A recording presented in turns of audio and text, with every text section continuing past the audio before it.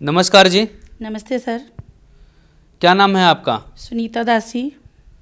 बहन जी, आप कहाँ से आए हैं? मैं अलवर राजस्थान से हूँ। संत रामपाल जी महाराज जी से आपने नाम दीक्षा कब ली? 7 दिसंबर 2009 को। संत रामपाल जी महाराज जी से नाम दीक्षा लेने से पहले आप क्या भक्ति साधना करते थे? जो हिंदू धर्म में प्रचलित है वही साधना, देवी देवताओं को मानना, मतलब और जो पूर्वज करते श्राद्ध पितृ पूजा सब कुछ करते थे। व्रत भी रखती थी। मैं छोटी सी थी जब से मंदिरों में जाना, जैसे महिलाओं को, बुजुर्ग महिलाओं को देखती थी उनके अकॉर्डिंग कि मैं उनका पीछा, जैसे वो परिक्रमा लगाती तो मैं भी लगाती थी, सब कुछ वो करती थी। मैं छोटी सी से मतलब पूजा अर्चना में बहुत ज़्यादा मतलब मुझे श्रद्धा थी। नवरात्रि हमारे मायके पक्ष में होता नहीं था, लेकिन मैं देवी जी को बहुत ज़्यादा इष्ट मानती थी, इसलिए घर वाले मना भी करते थे तो मैं पड़ोस में जाके नवरात्रि की पूजा करती थी। इस पे मेरी बुआ बोलती भी थी कि तू क्या कर रही है, अपने घर में ये होता भी नहीं है, फिर भी पता नहीं तू क्यों देवी को मानती है। लेकिन मैं फिर भी चोरी छिपे जैसे भी मैं देवी जी की पूजा करती थी। बहन जी, आप इतनी भक्ति साधना कर रहे थे, यहाँ तक कि आप देवी जी को चोरी छिपके से भक्ति करते थे देवी जी की। यह भक्ति साधना करने से आपको क्या लाभ प्राप्त हुए? सर, लाभ की तो बस कुछ भी प्राप्त नहीं हुआ, क्योंकि 14 साल की उम्र में ही मेरी मम्मी का निधन हो गया था। मैं जानती भी नहीं थी कि भगवान से क्या, किस तरह से पूजा अर्चना करनी है, किस तरह से क्या मन्नत मांगनी है। हमारे अलवर राजस्थान में ही भर्तरी बाबा की स्थान है, धार्मिक स्थल है, वहाँ पर सब सवामनी वगैरह करते थे। तो मैं बहुत छोटी थी तो मैं वहाँ पर मैं भी गई थी धार्मिक स्थल पर। भर्तरी बाबा के सामने कहा यहाँ पे जो भी मांगते हैं वो मन्नतें पूरी होती है। मैं जानती भी नहीं थी मन्नत होती क्या है, सवामनी क्या होती है, लेकिन फिर भी मैंने भर्तरी बाबा जी के जाके कहा कि पर हे भर्तरी बाबा, मेरी मम्मी को सही कर दोगे तो मैं सवामनी करूँगी। सवामनी होती क्या है मैं जानती भी नहीं थी, लेकिन फिर भी मैं मन्नत मांग के आई, लेकिन कुछ भी लाभ नहीं हुआ। जिसने जहाँ कहा हमने वो व्रत किया, लेकिन फिर भी किसी ने भी मेरी मम्मी को नहीं बचाया। मैं वैश्य जाति से हूँ, इसलिए वैश्य जाति में वैसे पूजा अर्चना उद्यापन सब कुछ होता था, इसलिए हम सारी धर्म पूजा करते थे, लेकिन कुछ भी हमें लाभ नहीं हुआ। मेरी मम्मी को भी टीबी हो गया था, खूब इलाज कराया, लेकिन उसके बावजूद भी उन्हें कोई नहीं बचा पाया। इतनी पूजा करते करते मुझे इतनी प्रॉब्लम हो, शादी के बाद 1 साल बाद से ही मैं बीमार रहने लगी। बहुत चारों तरफ डॉक्टरों को दिखाते थे, लेकिन डॉक्टर समझ ही नहीं पाते थे कि इसको क्या बीमारी है। किसी डॉक्टर ने मतलब फिशर का ऑपरेशन कर दिया, किसी ने अपेंडिक्स का ऑपरेशन कर दिया, उसके बावजूद भी मेरी बीमारी एज इट इज़ बनी रहती। डॉक्टर कहते पता नहीं ये है क्या, हमारी तो समझ के बाहर है, इसके लिए तो कोई बाहर से ही डॉक्टर मंगाना पड़ेगा। कोई समझ ही नहीं पाता था। फिर मैं इतनी ज़्यादा बीमार रहती थी, तो जब मेरे पिताजी का देहांत हुआ तो मेरी बुआ जी आई थी बॉम्बे से। उन्होंने कहा कि तू इतनी ज़्यादा बीमार रहती है तो हमारे गुरुजी हैं, तो उनके पास चल, वहाँ पे जाके तू तेरा ना सारी समस्या ख़त्म हो जाएगी। तू इतनी बीमार रहती है, इतने धर्म मतलब झाड़ फूंक सब कुछ करवाया सर। हमारे मतलब ससुराल पक्ष में इन चीज़ों पे ध्यान नहीं देते थे, लेकिन मेरे भाइयों ने कहा कि मेरी बहन का डॉक्टरी इलाज फेल हो गया तो इन्हें झाड़ा फूका कराया जाए। तो जहाँ भी जो भी कहते कि आज रात के 2 बजे लेके आना है तो रात के 2 बजे लेके जाते। किसी कहे कि पुल के नीचे ये कर आओ, कि सिंदूर लिया, कोई मृगनैनी का वो खा लो, जो कहा जो हमने किया, लेकिन मैं मौत के मुंह में जाती रही, कोई हमें बचा नहीं पाया। जैसे रात होती तो रात होते ही मेरे शरीर में अजब सा पेन, इतना ज़्यादा कि जैसे करंट लग रहे हैं, शरीर में आग कोई जला रहा है मेरे शरीर को, इस तरह की पीड़ा होती थी। सब सोते थे लेकिन मैं पूरी रात तड़पती थी। कोई मुझे मतलब जैसे बिना पानी के मछली तड़पती है इस तरह से मैं तड़पती थी। कोई मतलब इलाज ही नहीं था, और सब ये कहते कि दुर्लभ जी जयपुर जैसे बड़े हॉस्पिटल में मेरा इलाज चला, और डॉक्टर भी ये कहते थे कि ये तुम्हारी मेंटेलिटी है, तुम्हें कुछ भी नहीं है, कुछ रिपोर्ट में तो कुछ आते ही नहीं है, कुछ भी नहीं है तुम्हें। बहन जी, फिर आपको संत रामपाल जी महाराज के बारे में कैसे पता चला? बॉम्बे से मेरी बुआ है केसर मई, अब वो सतलोक की वासी हो गई है, तो उन्होंने ही मुझे बताया कि बेटा तू इतनी बीमार रहती है, एक बार हमारे गुरुजी के पास जो भी जाता है सही हो जाता है, उनके पास सारी इलाज मतलब बीमारियों का इलाज है। तो हम गुरु में कोई विश्वास नहीं करते थे, आश्रम वगैरह हम मानते नहीं थे कि आश्रम में तो ऐसा वैसा होता है। मतलब जिस तरह से अभी 2-4 आश्रमों का वो निकला, इस तरह से हम समझते हैं कि आश्रम वगैरह में हम बिल्कुल भी विश्वास नहीं करते थे। तो हमने कहा कि बुआ जी ऐसे बोलती हो, ये भी कोई होता है, गुरुजी ऐसे कर भी सकते हैं क्या? तो हम नहीं मानते। फिर बुआ जी ने कहा नहीं, एक बार चल के देख कि वहाँ पे क्या होता है। फिर हम उनके कहने पे वो मुझे 7 दिसंबर 2009 को हम बरवाला आश्रम गए। लेकिन बरवाला आश्रम पहुंचने से पहले ही हमें भिवानी स्टेशन आता है, तो वहाँ पर कोई बालाजी से जा रहे थे। उन्होंने कहा मेरे भाई से कि तुम कहाँ जा रहे हो? हमने कहा कि हम संत रामपाल जी महाराज के आश्रम में जा रहे हैं। तो फिर उन्होंने बताया कि नहीं, वो तो गलत है, ये है, तुम अपनी बहन बेटियों को कैसी जगह लेके जा रहे हो तो मेरी बुआ जी को नींद आ गई थी। हमें थोड़ा लगा भी था कि बुआ जी हमको कहाँ लेके जा रही, क्योंकि बुआ जी ने करोथा कांड के बारे में हमें बिल्कुल भी नहीं बताया था।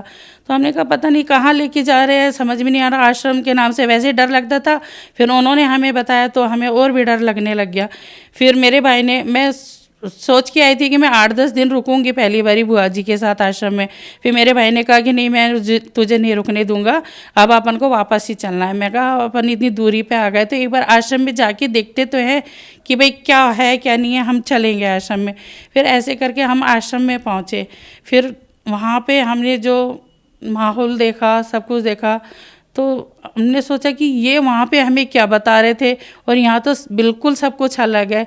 फिर उन्होंने नियम बताए कि नाम लेने के लिए, तो फिर नियम हमें थोड़े से वो लगे। फिर उन्होंने हमें जब ज्ञान समझाया तो हमें समझ में आया और मैंने 7 दिसंबर 2009 को संत रामपाल जी महाराज से नाम दीक्षा ली। क्या जो आपकी बीमारी थी डॉक्टर डिटेक्ट नहीं कर पा रहे थे, आपको अजीब सी जलन होती थी, और ये सब बीमारी संत रामपाल जी महाराज से दीक्षा लेने के बाद क्या ठीक हो गई? जी सर, बिल्कुल ठीक हो गई और मुझे जीवन दान मिला। क्योंकि संत रामपाल जी महाराज की शरण में जाने के बाद गुरु जी ने मेरे ऊपर, परमात्मा ने इतनी रजा की कि जो डॉक्टर समझ ही नहीं पा रहे थे कि मुझे बीमारी क्या है। मेरी MRI की रिपोर्ट 1 साल पहले डॉक्टरों को उसमें जो ट्यूमर था वो नज़र नहीं आया, लेकिन जब संत रामपाल जी महाराज ने मुझे आश्रम से भेजा कि बेटा अब दोबारा एक बार डॉक्टरी इलाज लो, तब उसमें उसी 1 साल जो पहले MRI हुई थी उसी में ही सब डॉक्टरों को वो ट्यूमर की रिपोर्ट नज़र आ गई। उन्होंने कहा कि ये पहले हमें क्यों नहीं दिखाई दी। उसके बाद तो मुझे बॉम्बे भेजा गया। तो मतलब AC कोच में मेरी सीट होती थी, रिजर्वेशन होता था, लेकिन मैं बैठ भी नहीं सकती थी पूरे टाइम। मतलब अलवर से और बॉम्बे तक मैं खड़ी ट्रैवलिंग करती थी। मुझे देख के सामने वाला भी रोने लग जाता था, इतनी तड़पती थी कि कोई भी मुझे, मतलब कोई सो ही नहीं पाता था। सब देखते थे कि ये कितनी तड़पती है, इतना ज़्यादा पेन होता था कि बता नहीं सकती। वो दिन याद करके सर, मेरे छोटे छोटे बच्चे थे, मैंने परमात्मा से कहा कि परमात्मा मेरे बच्चे मेरे बिना अनाथ हो जाएंगे। परमात्मा ने कहा कि बेटा बंदी छोड़ तेरे साथ है, मैं तेरे साथ हूँ, तो जा डॉक्टर के पास। जैसे ही मैं गई वहाँ पे उन्होंने कहा कि 36 घंटे का ऑपरेशन है। डॉक्टर खुद भी नहीं बता पा रहे थे, 2 डॉक्टर थे, आधे शब्द वो बोल रहे थे, आधे वो बताने में भी हिचकिचा रहे थे कि इसको कैसे बताया जाए कि किस तरह की बीमारी है इसे। फिर भी जैसे तैसे करके उन्होंने बताया। उन्होंने कहा कि आपको लेट बात की जगह हटा दी जाएगी, परमानेंट थैली लगी जाएगी, इस तरह के करके उन्होंने मेरा मेजर ऑपरेशन बताया। 3 बार डॉक्टरों ने मुझे ऑपरेशन की डेट दी। तो जैसे ये पहली बार बताया तो मैं इतनी रोई गुरुजी के सामने आके कि गुरुजी अब मैं क्या करूं। संत रामपाल जी के सामने गिड़गिड़ाई। परमात्मा ने कहा बेटा मैं तेरे साथ हूँ, तू जा। मैं जब भी ऑपरेशन के लिए बॉम्बे जाती तो गुरुजी के आश्रम में ज़रूर आती थी आशीर्वाद लेने के लिए। परमात्मा कहते कि तू जा, मैं तेरे साथ हूँ। फिर वहाँ जाके एक बार हमने मेडिसिन तक ले ली थी, लेकिन फिर मैं गुरुजी को मैंने ईमेल भेजा बॉम्बे से ही कि गुरुजी अब मुझे कोई नहीं बचा सकता, मेरा क्या होगा। परमात्मा ने कहा कि बेटा चिंता मत कर, मैं तेरे साथ हूँ, मैं तेरे साथ कुछ भी बुरा नहीं होने दूंगा। उन्होंने दूसरी बार भी मेरा ऑपरेशन टाल दिया।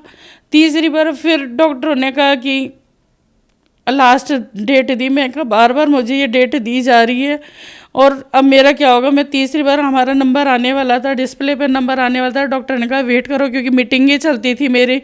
जब डॉक्टर बताते थे उससे पहले मीटिंग करते थे, फिर उसके बाद हमें बताते थे कि मेरे साथ क्या होना है और क्या नहीं होना। फिर उन्होंने जगह जगह मतलब सारे 4-5 टीम होती थी, गैस्ट्रोलॉजी की, प्लास्टिक सर्जरी, सबसे मिलने के लिए कहा कि तुम जाओ। तो मैं जिस भी टीम से मिलती थी तो वो कहते थे तुम्हें पता है तुम्हारा कितना बड़ा ऑपरेशन है, तुम्हें पता है तुम्हारा कितना बड़ा, मतलब पूरा टाटा मेमोरियल के जो डॉक्टर थे, जो मेरा डॉक्टर अजय पुरी, वो सब हिल से गए थे कि ये क्या बीमारी है और मैं उस पेशेंट से मिलना चाहता हूँ जो ये ऑपरेशन कराने के लिए तैयार हुई है। मैं तैयार केवल इसलिए हुई थी कि मेरे छोटे छोटे बच्चे थे और मेरे जो नंद की जेठ थे वो डॉक्टर थे। उन्होंने कहा कि अगर भाभी ऑपरेशन कराती है तो हो सकता है ये 8-10 साल जिंदा भी रह जाए और अपने बच्चे देख सकती है, इनके बच्चे बड़े हो जाए इतने। तो डॉक्टर भी कह रहे हैं कि मैं वो पेशेंट से दोबारा मिलना चाहता हूँ कि उसने इतना बड़ा ऑपरेशन जो 36 घंटे किससे कहते हैं, हमारी आंखें इन्हीं पे गड़ी रहेगी, ये कैसे मतलब हम इनको झेल पाएंगे, किस तरह से इन्होंने हाँ किया है। लेकिन सिर्फ मैं अपने बच्चों की वजह से मैंने इतना बड़ा ऑपरेशन के लिए हाँ किया था।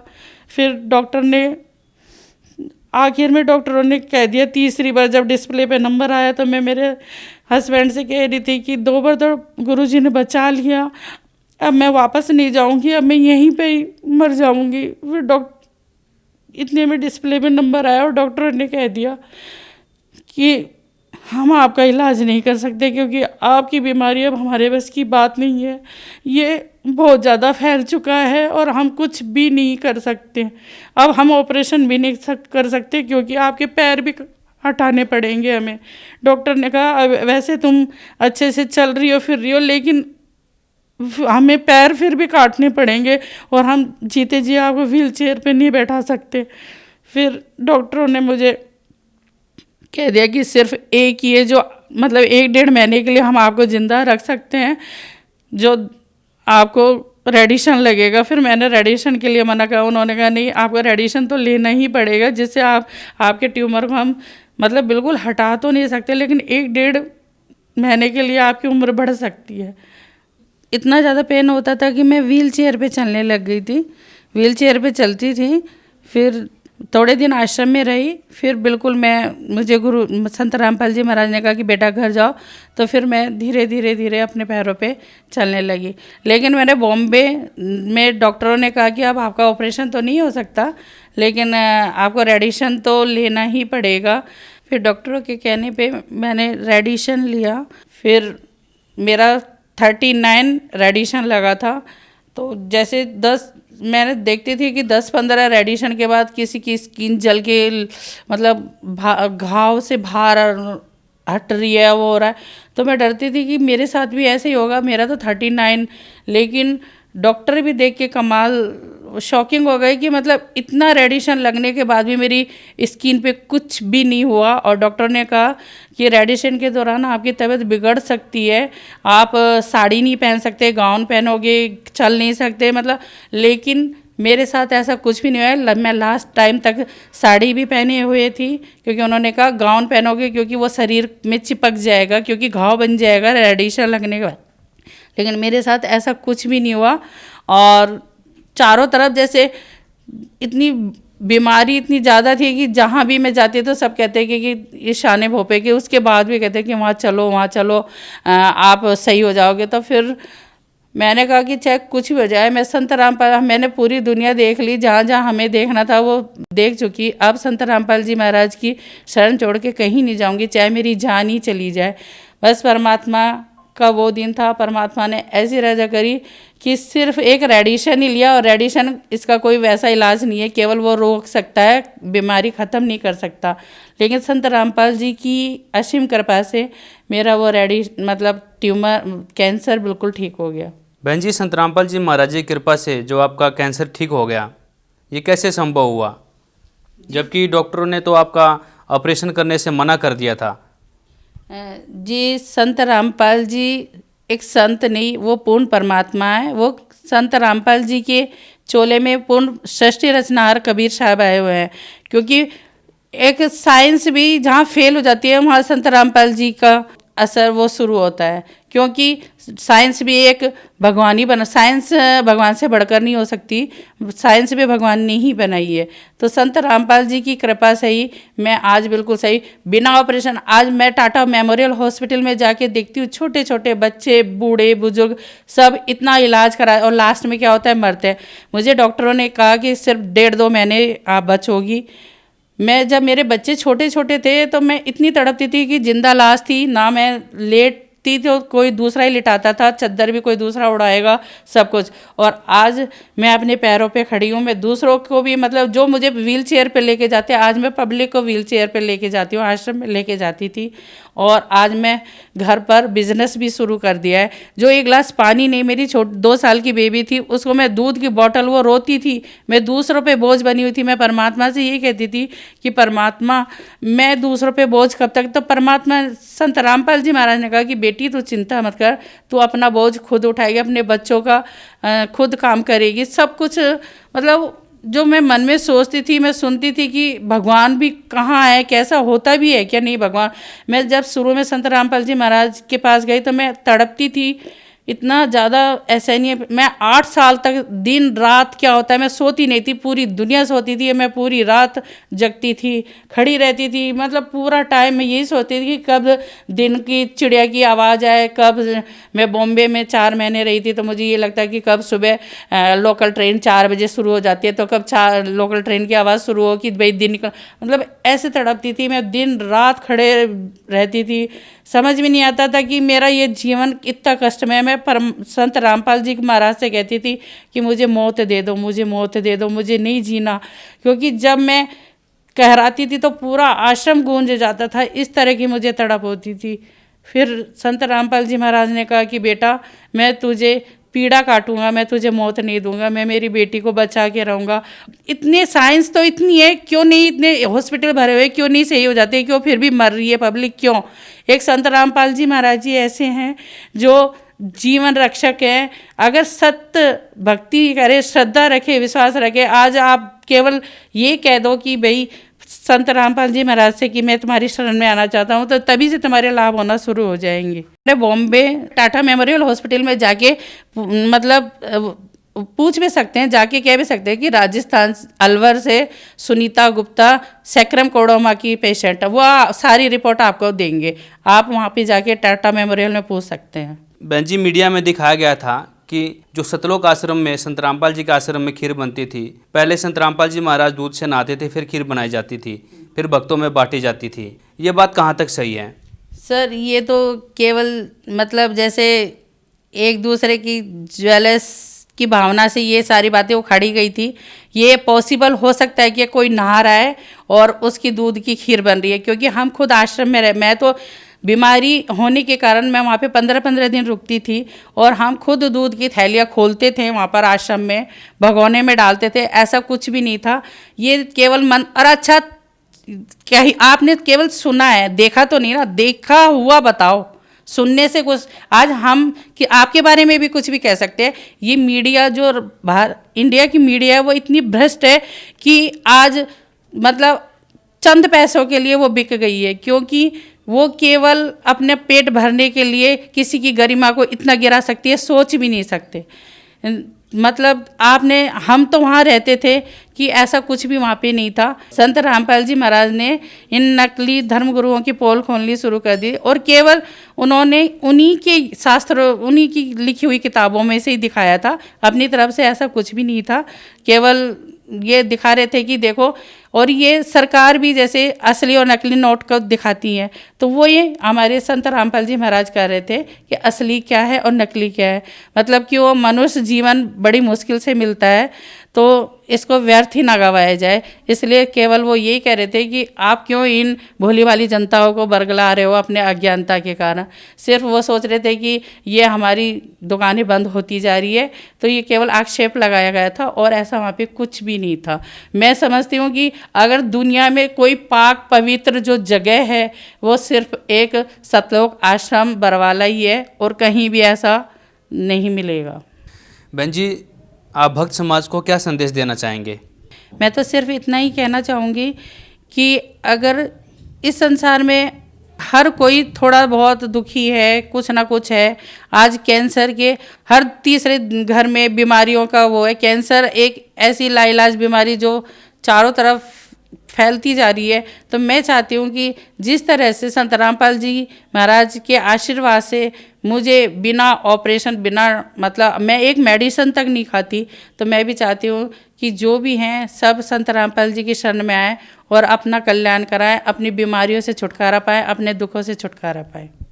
बहन जी, संत रामपाल जी महाराज जी से नाम दीक्षा कैसे ले सकते हैं? संत रामपाल जी महाराज से नाम दीक्षा बहुत सारे टीवी चैनलों पर संत रामपाल जी महाराज का सत्संग आ रहा है और उन पर सतलोक आश्रम के कांटेक्ट नंबर आ रहे हैं। तो वहाँ पर आप कांटेक्ट करके जो आपके समीप नामदान स्थल है वहाँ से नाम दीक्षा लीजिए।